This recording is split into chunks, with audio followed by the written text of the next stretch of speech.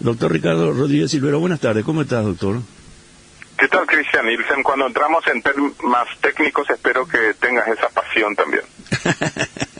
Bueno, no, para eso te llamamos a vos porque vos sos el que podés ponerle sensatez al análisis, ¿entendés? Ahí está. Muchas gracias. Si no, nosotros empezamos. Bueno, el tema que es muy concreto es lo relacionado al acercamiento del Paraguay a la Organización de Cooperación Económica para el Desarrollo, ¿no? Que es esta organización que, bueno, ¿qué importancia tiene para nosotros eso? O podría tener, ¿no? Parece que hubo una confusión allí porque tu asistente Gloria me dijo que hablaríamos de la ley de libranzas. No. ¿Qué es una ley de libranzas? No, porque hay un proyecto de ley por el cual los que están endeudados van a autorizar a los acreedores a que se descuenten de su salario. Eso, por ejemplo, es inminente porque en 2 semanas van a tratar esa ley. Bueno. Ya hay un proyecto de ley. No, perfecto, Ricardo. No, yo no tenía previsto, te quería consultar esto, pero si estás preparado para eso. Si me permitís, por el grado de urgencia, yo creo que es mejor para la audiencia tratar el tema de libranzas o de descuentos forzosos. Sí, por favor. Y de OCDE vamos a poder hablar más adelante, porque todavía falta tiempo para eso. Sí, no, y esto es más concreto, más caliente, tenés razón. Bueno, entonces, para ilustración de tu audiencia, hay que decir que la ley de libranzas es la misma cosa que decir la ley de descuentos, por la cual, cuando se la sancione y promulgue, el deudor, en este caso el empleado de una empresa privada o de una entidad sin fines de lucro o del Estado, autoriza en forma expresa y escrita a la entidad financiera a que descuenten la suma adeudada hasta un porcentaje determinado de sus ingresos mensuales. Eso es sumamente importante porque no existe ninguna regulación al respecto. Se conocen casos de descuentos que llegan al 100% de los ingresos de los deudores, con lo cual cada mes están literalmente empezando de cero, endeudándose porque todos sus ingresos fueron descontados. Entonces, se trata de poner un poco de orden, solamente que hay que entender que estas cuestiones son complicadas. Normalmente lo que se solía hacer cuando una entidad acreedora no conseguía cobrar al deudor, iban a litigio. Entonces, por orden judicial prácticamente le sacaban todos sus haberes al deudor. Si es que en el litigio se expedía por una sentencia el tribunal correspondiente. Bueno, en este caso, de lo que se trata es de no acudir al Poder Judicial para que no sea un embargo, que es algo así como inevitable y doloroso, por el que se incautan todos los ingresos del deudor. Se trata de que el deudor, por cuenta propia, autoriza a su acreedor, con consentimiento de la firma o de la entidad en la que él está, a descontar una suma X de sus ingresos, para que la entidad acreedora tenga confianza de que puede recuperar ese dinero que le ha prestado al fulano. Solamente que hay que analizar, Cristian Nielsen, y por eso me gusta hablar con tu programa, digamos, hay que analizar que hay entidades acreedoras que no son precisamente santas, que están otorgando bajo el manto de empresas de electrodomésticos o de cualquier otro tipo de crédito que se están obteniendo al hacer compras en esas organizaciones modernas de comercio de electrodomésticos, de línea blanca, de cocina, de escritorio. Todas esas entidades están ofreciendo descuentos especiales supuestamente, pero a una tasa de interés altísima que en varios casos ya comprobados tienen tasas usurarias, es decir, que están por encima del nivel permitido por las leyes locales para cobrar tasas de interés. Entonces lo primero que hay que hacer es decir que hay entidades privadas que están quebrando o lesionando la normativa vigente al respecto, porque resulta que están más organizadas esas entidades que los deudores. Entonces terminan con un poder de lobby extraordinario en el que ellas supuestamente son entidades santas y que los deudores son los empedernidos en no pagar sus deudas y tal. Hay que salir también en protección de los deudores y sobre todo de un mejor control de esas entidades comerciales que están endeudando a la gente en forma excesivamente costosa. Ricardo, ¿puedo abusar de tu tiempo? Con mucho gusto. Necesito hacer una pequeñísima pausa para pagar mis deudas por mi parte, y volvemos enseguida, porque hay muchas otras preguntas que quiero hacerte. ¿Puede ser? Sí, cómo no, con mucho gusto. Te espero. Gracias, Ricardo. Bueno.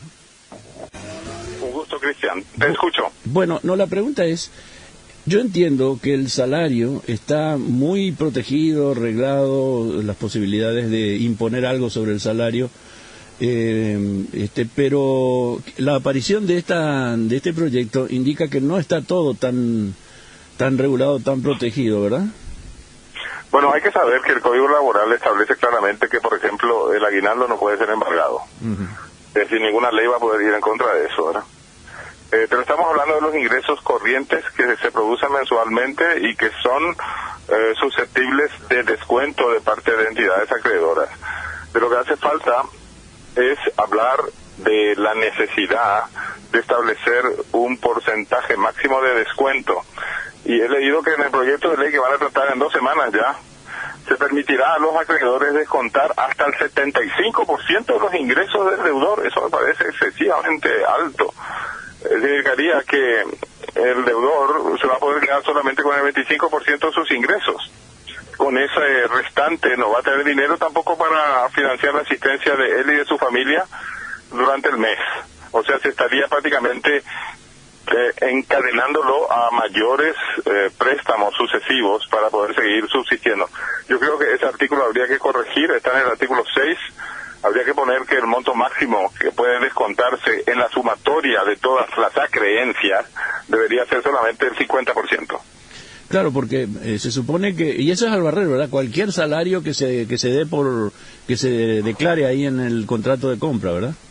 Sí, solamente que este es el deudor el que autoriza a que se le descuente. Claro. Pero como el deudor generalmente no está bien informado y hay veces que no tiene ni siquiera el nivel de educación suficiente para entender ciertas cosas, es capaz de que firme cualquier cosa. Entonces lo que hay que aclarar es que cualquier familia debe ser protegida, para eso está el Estado, a los efectos de que la sumatoria de sus acreencias, o sea, de lo que ellos deben a los acreedores, no comprometa nunca más del 50% de su salario. Claro, y teniendo en cuenta que según la escala, a medida que es más pequeño, digamos, el salario, insumen más los gastos diarios de manutención, agua, luz, teléfono, comida, escuela, ropa. Claro, sí, en la mayoría de los casos hay que pagar también alquiler y después están los gastos de salud, de la escuela, de la comida, no se puede prescindir de ella, ¿verdad? Es decir, hay que ser un poco más sensible cuando uno redacta este tipo de leyes. Porque yo veo que los diarios están haciendo entrevistas solamente a los portavoces de las entidades financieras y de las casas de electrodomésticos, ¿verdad? ¿Y dónde está la Asociación Nacional de Protección a los Derechos de los Deudores? Y no existe eso. Por eso es que se suele decir que en este país está todo por hacer. No es que los deudores sean tontos, pero es que no se han organizado todavía. No, claro. O por lo menos me corregirás, Cristian, a lo mejor vos ahí desde la radio ya te enteraste que fue creada una Asociación Nacional de Protección a los Derechos de los Deudores. No. Y probablemente no. ¿Fue creada o no? No sé, yo no tengo conocimiento. No, yo no sé. Ahora, ¿qué experiencias hay en otros países con iniciativas como esta, Ricardo?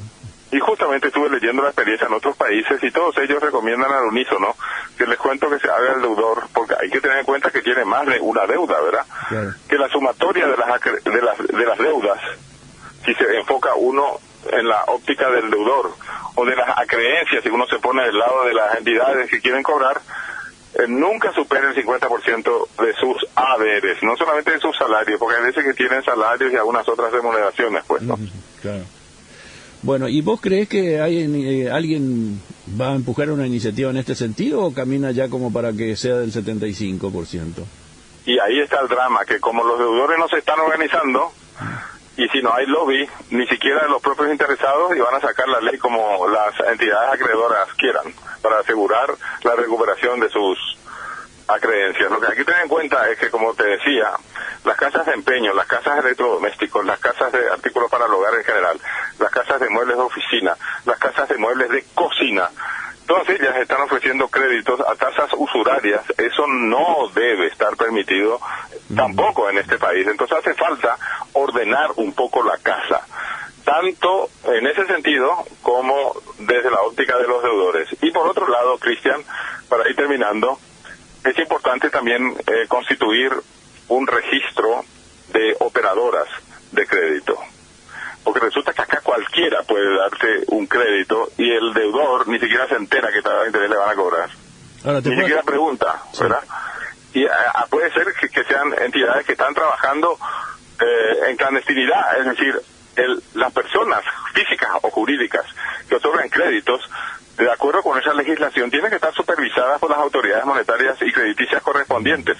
Pero cuando la entidad trabaja clandestinamente, o sea, cañijape, entonces aparece como electrodoméstico nomás, o por ejemplo ponerle en oficina y tal, pero realmente son poderosas entidades de crédito que no están supervisadas por nadie. Ya. ¿Te puedo hacer una última pregunta?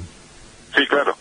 ¿Esta iniciativa cubre solamente los salarios de planilla o también los contratos que se puede hacer de trabajo con individualmente con alguna persona?